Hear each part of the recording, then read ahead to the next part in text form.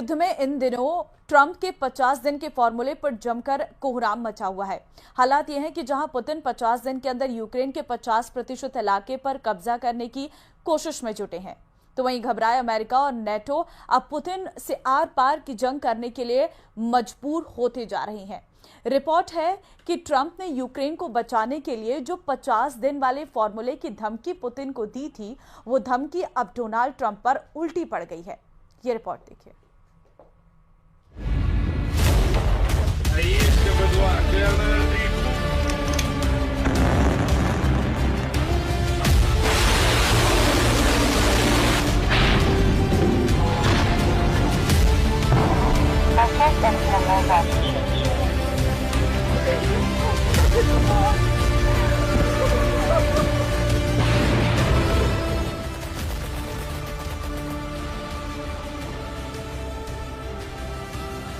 पचास दिन में 50% कब्जा, सीक्रेट रिपोर्ट में ट्रंप खलनायक।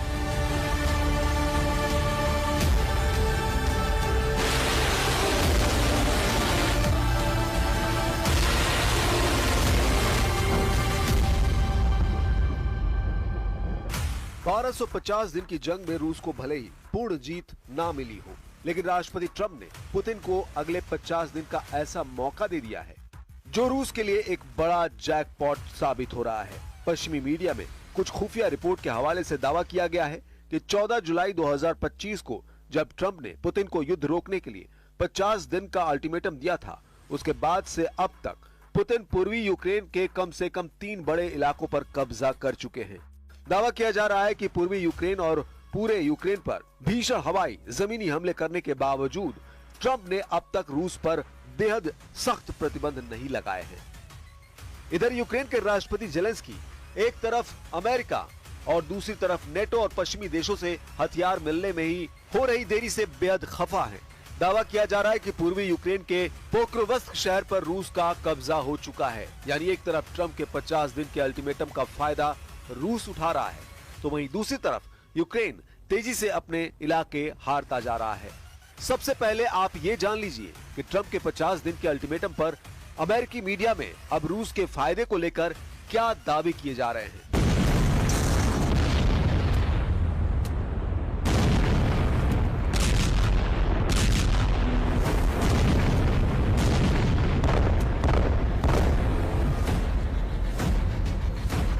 जुलाई से अब तक रूस ने यूक्रेन पर 10 गुना ज्यादा हमले किए हैं। ऐसा अनुमान है कि 9 जुलाई से अब तक रूस ने यूक्रेन पर 2500 से ज्यादा हवाई हमले किए हैं, जिसमें एक दिन में यूक्रेन के शहरों और इलाकों पर 400 से लेकर 500 ड्रोन से अटैक किया गया है।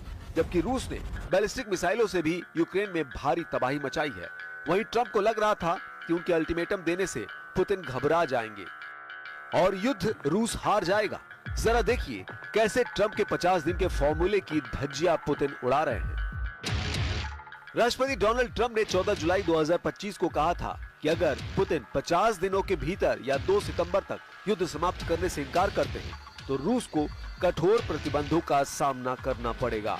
पुतिन को ट्रंप की इस धमकी के बाद से रूस ने यूक्रेन पर अपने मिसाइल और ड्रोन हमलों में जबरदस्त इजाफा कर दिया, जिसकी वजह से पूर्वी यूक्रेन में भारी तबाही हुई, जिसमें सैकड़ों यूक्रेनी नागरिक और हजारों की संख्या में यूक्रेनी सैनिक अब तक मारे जा चुके हैं। इस दौरान ट्रंप के 50 दिनों के अल्टीमेटम को बकवास या कहें बोगस बताकर दावा किया जा रहा है कि ट्रंप ने पुतिन को 50 दिन यूक्रेन पर कब्जा करने के लिए एक तरह से दे दिए हैं।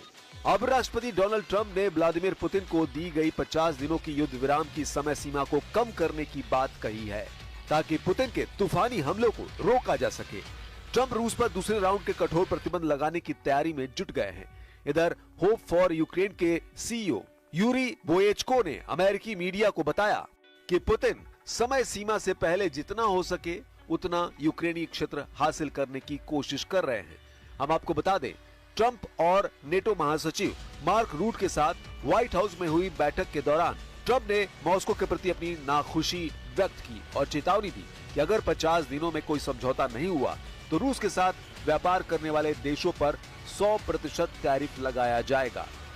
इधर युद्ध अध्ययन संस्थान यानी ISW ने 25 जुलाई को कहा कि रूसी सेना ने शायद यूक्रेन के पोक्रोवस्क के उत्तर पूर्व में नोवोइकोनामिचने पर कब्जा कर लिया है ताकि डोनेस्क क्षेत्र में रसद केंद्र को घेरने की कोशिश की जा सके, जिससे उन्हें नीपर की ओर से पश्चिम की ओर बढ़ने में मदद मिल सके।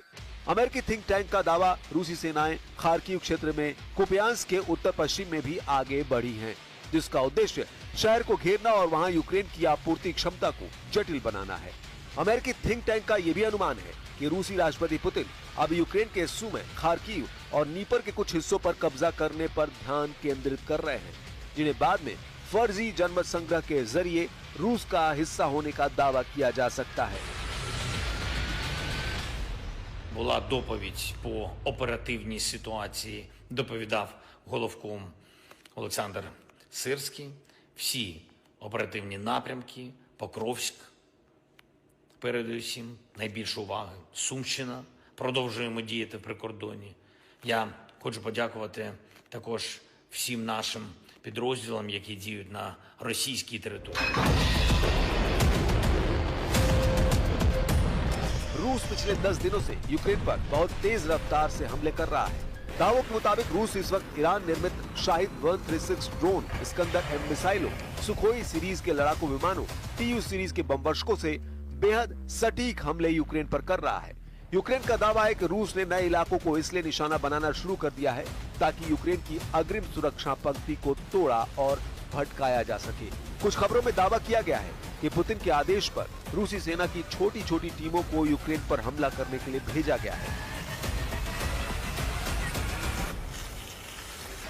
4 और 2 पहियों वाली बाइकों से रूसी सेना यूक्रेन के नए इलाकों में तेजी से हमले कर रही है, जिसकी वजह से यूक्रेन के सामने समस्या ये हो गई है कि रूसी सैनिकों की छोटी हमलावर टीमों को मारने में बहुत ज्यादा हथियार और सैनिकों की जरूरत पड़ रही है।